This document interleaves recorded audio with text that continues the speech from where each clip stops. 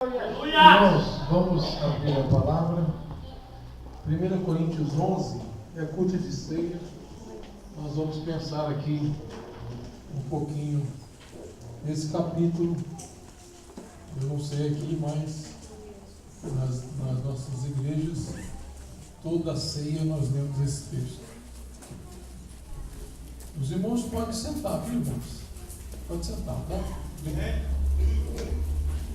1 Coríntios, capítulo 11, o verso 28. Ou melhor, o verso 26.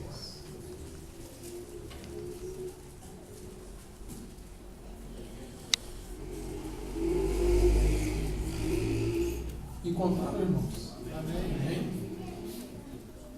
Vamos ser breves, irmãos. Tem a ceia ainda para não cansar os irmãos.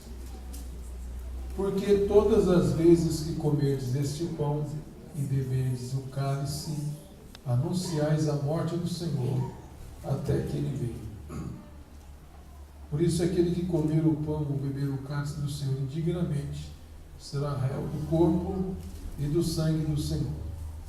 Examine-se, pois, o homem a si mesmo, e assim coma do pão e beba do cálice. Pois quem come e bebe sem discernir o corpo, come e bebe juízo para si. Eis a razão porque há entre vós muitos fracos e doentes, e não poucos que dormem. Porque se nos julgássemos a nós mesmos, não seríamos julgados, mas quando julgados, somos disciplinados pelo Senhor, para não sermos condenados com o mundo. Assim, pois, irmãos meus, quando vos reunis para comer, esperai uns pelos outros. Se alguém tem fome, come em casa, a fim de não vos reunires para juízo. Quanto às demais coisas, eu as ordenarei quando for ter convosco. Repetindo o verso 26, porque todas as vezes que comerdes este pão e beberdes o cálice, anunciais a morte do Senhor, até que Ele venha.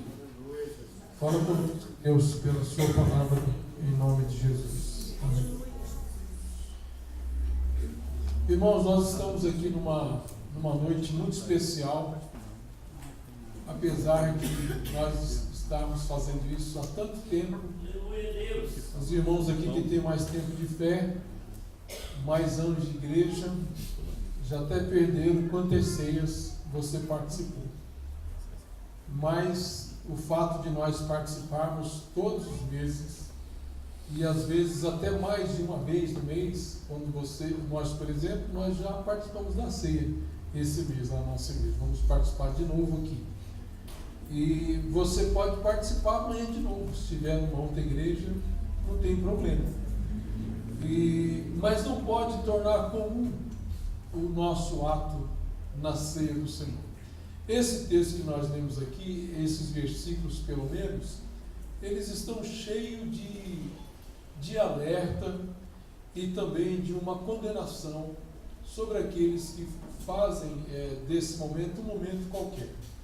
Quando Paulo escreve a sua carta aos Coríntios, ele escreve para responder uma série de perguntas. Ele escreve para eliminar um monte de dúvidas. Vários assuntos ele vai tratar nessa carta, e entre eles a ceia. Ele esclarece para os irmãos sobre o ato da ceia. A ceia na igreja primitiva, irmãos, nós temos informações de que era feita toda semana.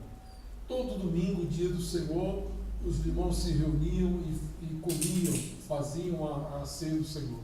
Mas essa ceia era feita numa festa, um encontro de irmãos para almoçarem. Era uma festa chamada Ágape, festa do amor, onde as pessoas se reuniam. Na realidade era como se fosse um piquenique. As pessoas se reuniam para comer mesmo. E ali eles comiam e eles aproveitavam para lembrar a morte do Senhor. E Paulo percebeu que aqueles irmãos não estavam entendendo o propósito da participação no corpo e no sangue do Senhor. E começou a haver muitas divisões e muitas brigas naquelas festas. Por quê? Alguns irmãos iam mais abastecidos do que outros, né? Se nós fôssemos falar em termos de hoje, nós nos reuniríamos aqui para um almoço, E aí um irmão traz frango, o outro traz churrasco, o outro traz ovo frito, e aquele irmão que não tem nada, tadinho, ele vem e ele oferece pouca coisa. Então começou aquelas panelinhas na igreja por conta da comida. E Paulo escreve esse texto aqui para orientar os irmãos. E fala assim, olha, eu não quero elogiar vocês agora, porque eu estou sabendo que quando vocês se encontram para comer, existe uma divisão no meio de vocês. E vocês estão correndo risco, porque vocês não estão discernindo o corpo do Senhor. Então a ceia já naquele momento já estava sendo banalizada. Já não estavam levando a sério a ceia do Senhor. Então Paulo vai escrever aqui e despertar a consciência dos irmãos. É preciso ter discernimento para a ceia. Você não pode participar da ceia de qualquer forma. E aí ele vai dizer assim, ó, porque todas as vezes que comerdes esse pão e beberdes o cálice, anunciais a morte do Senhor até que ele venha. Por isso, aquele que comer o pão ou beber o cálice do Senhor indignamente será réu do corpo e do sangue do Senhor.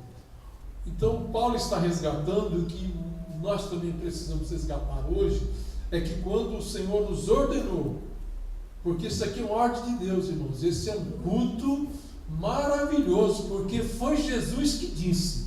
Jesus disse, vocês se reúnam e lembrem de mim. Aqui está o pão, esse pão que eu estou partindo é o meu corpo, esse pão aqui representa o meu corpo que será partido para vocês, por vocês. E depois que eles comeram o pão, ele pegou o cálice dizendo, olha, esse cálice é o meu sangue que será derramado por vós. Ele faz isso numa festa, numa festa que os judeus comemoravam a libertação do cativeiro no Egito, a Páscoa. E ele estabelece assim, dizendo, olha, vocês lembrem de mim, irmãos, isso é maravilhoso. Você está aqui, eu não sei com que espírito você está aqui, eu não sei com a sua condição psicológica, espiritual, você está aqui. Pode ser mais uma noite, pode ser mais uma ceia, mais uma das muitas ceias que você tomou, mas se você parar para pensar, Jesus disse para nós fazermos este culto. Por exemplo, Jesus não pediu para a gente fazer congresso, mas ele pediu para a gente fazer culto de ceia. Ele não pediu para a gente fazer qualquer outro tipo de festa na igreja, mas esse aqui ele mandou a gente fazer. Não que ele é contra a gente fazer, mas esse aqui ele disse, olha, tomem o pão, peguem o cálice para vocês lembrar da minha morte. Aleluia! Então a ceia, irmãos, é para lembrar a morte. Quando vocês comerem o pão e beberem esse vinho, vocês anunciam a morte do Senhor. A igreja está reunida aqui hoje dizendo, ele morreu. E isso tem uma importância vital para nós. Se ele não tivesse morrido, eu e você estávamos condenados. Esse culto está dizendo que alguém pagou o preço, e isso precisa ser anunciado. Isso não pode ficar velado, nós precisamos anunciar. Ele disse, quando vocês comerem o pão e beberem o cálice, vocês anunciam a morte do Senhor. Irmãos, a igreja está na terra para anunciar a morte do Senhor. A igreja existe por causa da cruz. A igreja existe aqui na terra para dizer ao mundo sem Jesus, alguém morreu. E morreu, não morreu de qualquer forma, morreu no lugar de alguém. É preciso pensar na morte de Cristo quando a gente toma ceia. Se tem um culto que deve nos levar a pensar na morte de Cristo, é hoje. Por que ele morreu? Se eu perguntar para os irmãos aqui, os irmãos talvez respondam na ponta da língua. Por que ele morreu? O mundo precisa saber por que ele morreu. Nós somos um país cristão. As pessoas conhecem bastante da história do Cristo. Mas as pessoas lá fora não entendem a essência da sua morte. Para as pessoas lá fora, Jesus foi um herói. E Jesus não é herói não, irmãos. A morte de Jesus não foi de um herói. Nós estamos anunciando a morte de Cristo aqui na ceia. Ele não morreu como herói dando demonstração de heroísmo, não. Ele morreu a sua morte, a minha morte. Você entendeu? Era você, era eu, que era para ser crucificado naquela cruz. Eu não podia morrer por você, porque eu não tenho condição de pagar o preço do seu pecado. Nem um santo de todos que já existiram, por mais santo que for, aí você inclui todo mundo. Você inclui Abel, você inclui Jó, Moisés, José, Abraão, você inclui Samuel, você inclui Maria, mãe de Jesus. Não teve mulher como Maria. Ela é uma mulher singular, mas ela não podia morrer no meu lugar. Por isso, anunciar a morte do Senhor não é anunciar a morte de uma pessoa simples, comum. A morte dele não pode ser comparada com a morte de libertadores de nações, de mártires. Ele não está nessa galeria de mártires que morrem altruistamente. Jesus não morreu apenas dessa forma. Existe um jeito de olhar a morte de Cristo que é essencial para entendermos o que nós estamos fazendo aqui. Jesus morreu a morte de um condenado. A Bíblia diz que Deus o fez pecado por nós. Ele morreu uma morte desgraçada. Você se lembra entre quem ele foi crucificado? Entre ladrões. A sua morte foi uma morte terrível, horrível. Quando ele estava morrendo, os seus pecados, esses pecados que você já cometeu, que eu já cometi, que você tem vergonha de se lembrar deles, os pecados que você ainda vai cometer, porque você sabe que você é fraco, e você não pode garantir, ninguém aqui pode garantir que vai passar esse resto de 2016 sem cometer um só deslize. Os pecados seu, meu, os pecados do mundo todo, caiu um único momento sobre esse homem, Jesus Cristo. E quando caiu sobre ele, o seu pai lhe virou as costas. Ele foi abandonado por Deus Pai. E é quando ele clama: Deus meu, por que me desamparaste? Essa é a morte que nós anunciamos quando tomamos a ceia do Senhor. Quando tomamos o corpo do Senhor, sua carne, seu pão que representa a sua carne. Quando bebemos esse vinho, estamos dizendo: ele morreu e a sua morte foi singular. Ninguém morreu igual ele. Ele morreu numa morte substitutiva. Jesus não morreu simplesmente, ele morreu no lugar de alguém. Ele pagou o preço. Pense nisso, meu irmão.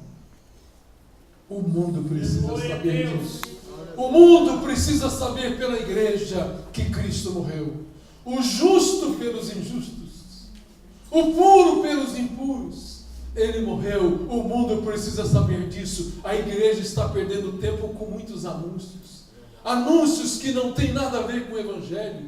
A igreja não está aqui para dizer ao mundo outra coisa, senão essa notícia: Jesus Cristo morreu. E quando ele morreu, o diabo foi derrotado. Se ele não morresse, Satanás iria continuar dominando, mas na morte dele, o diabo foi despojado. Verdade. A morte de Cristo é muito especial. O diabo não queria que ele morresse. O diabo tentou levar ele para o outro lado. O diabo tentou matar Jesus quando ele não havia chegado a hora dele morrer. Tentou matar ele quando criança, naquelas matanças dos meninos de Belém, a fúria de Herodes. Ele ainda era uma criança, dependia de ser conduzido, então o diabo tentou matar ele lá no nascedouro. Não conseguiu. Não era hora de Jesus morrer. Ele tentou matar Jesus fora de hora. E se Jesus aceitasse suas propostas, eu e você estaríamos derrotados. Verdade. Ele tentou matar Jesus lá na tentação. Se joga daqui. Se joga desse pináculo aqui, porque os anjos vão vir e vão segurar você, você não vai tropeçar numa pedra. Ele tentou matar Jesus através dos fariseus, a pedradas, mas não tinha chegado a hora dele, ele fugiu, saiu fora. Ele morreu na hora certa, porque a morte dele atendia um pedido de Deus Pai, que Deus amou o mundo de tal maneira que deu o seu Filho unigênito para que todo aquele que nele crê não pereça, mas tenha a vida eterna. Deus mandou seu Filho para morrer. Você vai morrer, meu filho. Eu vou morrer, meu Pai. Eu vou cumprir a sua vontade, meu Pai, de morrer por aqueles homens, por aqueles João, Maria, José, Davi, Antônio, pecadores, que merecem o inferno, mas eu vou morrer por eles, para lhes dar o céu. Glória a Deus. O diabo tentou matar Jesus antes da hora. E quando chegou a hora de Jesus morrer, o inimigo gostaria que ele voltasse atrás. O inimigo estava frustrado. Tentei matar você, não consegui, e agora você vai morrer na hora que o seu pai quer. Mas isso não é bom para mim. Quando Jesus está no Getsemane, Jesus ele sente o pior momento da sua vida que está por vir. Pior momento de Jesus. Quando ele lá no Getsemane, ele transpira, o seu suor se transforma em grandes gotas de sangue. Porque ele sabe que pela primeira vez na vida, ele vai sentir o que ele mais precisa, que é a presença do seu Pai. Aleluia. Ele diz: Senhor, se possível for, passa de mim esse cálice. E esse cálice não era a morte, o ato da morte em si. Já vi muitos irmãos falarem isso, como se Jesus fosse um covarde, como se Jesus fosse alguém que não desistiu de morrer. Não. Ele disse: eu vim por causa dessa hora. Os seus discípulos tentaram defender ele e não quis. Eu vim por causa dessa hora. Eu vim por causa desse momento. E o diabo, talvez tentando mexer naquilo que o Senhor mais curtia, aquela presença do seu Pai. Se possível, passa de mim esse cálice. O cálice, irmãos, amargo que Jesus bebeu. O seu pecado, o meu pecado.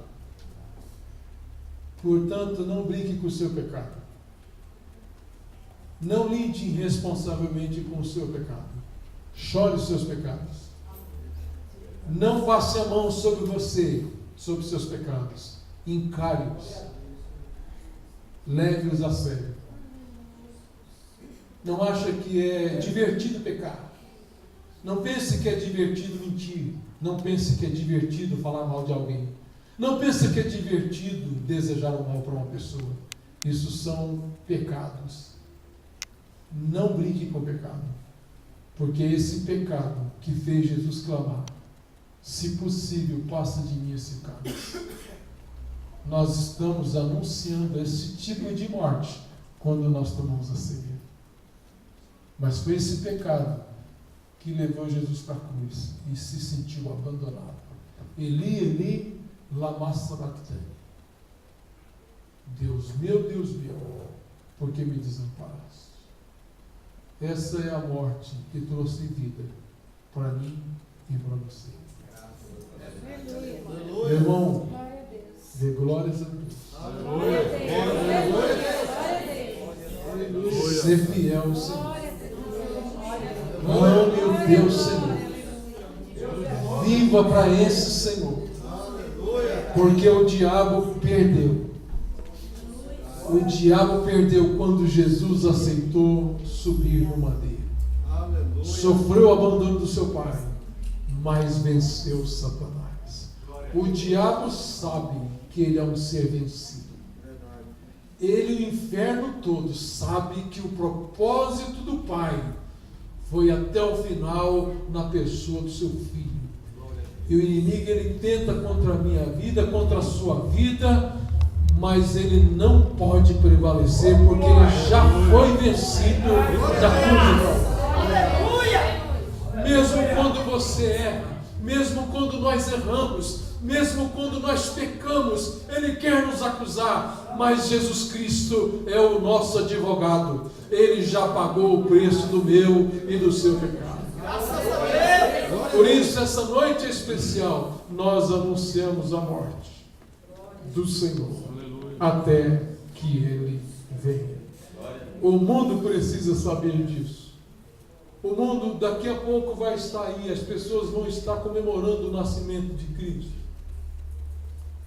numa comemoração completamente longe da realidade. Aleluia. Vão gastar dinheiros, vão dar presentes pensando no Cristo. Na virada de 25 para 20, de 24 para 25, vão soltar rojões, sem entender nada desse Cristo. A igreja precisa anunciar esse Cristo que veio e veio para morrer. A igreja não pode perder a oportunidade de 25 de dezembro de falar desse Cristo, contar a sua história. Você pode comprar roupa nova, você pode comer bem, nada contra você fazer tudo isso, mas é preciso mostrar quem é Cristo. Eu e você fomos ganhos pelo Cristo e nós precisamos dizer a esse mundo quem é esse Cristo, irmão. Jesus é aquele que nasceu com um propósito. Todo mundo nasce com uma vocação aqui. Todo mundo nasce com um propósito e ele nasceu para morrer. Então Cristo é o Cordeiro morto antes da fundação do mundo. Por isso que Pedro disse que ele é o Cristo morto antes da fundação do mundo. Nós precisamos anunciar esse Cristo. E quando você tomar a ceia hoje, lembre-se, eu estou num ritual ordenado pelo meu Senhor. E esse ritual significa exatamente isso. Eu creio na morte dele no meu lugar. Ele morreu no meu lugar. Ele pagou o preço que eu não tinha para pagar. Ele pagou por mim. E eu estou anunciando a sua morte. Até que ele venha. Então, meus irmãos, a vida cristã é o anúncio da morte de Cristo até que ele venha. O Senhor nos coloca nessa perspectiva de eternidade. Você está tomando ceia aqui e você está dizendo: Senhor, eu estou apenas transitando nesse mundo. Eu estou aqui, mas eu não estou confortável aqui. Eu estou anunciando também a sua volta. Volta, Senhor. Vem buscar a sua igreja. Maranata, ora bem, Senhor Jesus. Amém, amados? Que Deus abençoe os irmãos. Muito obrigado.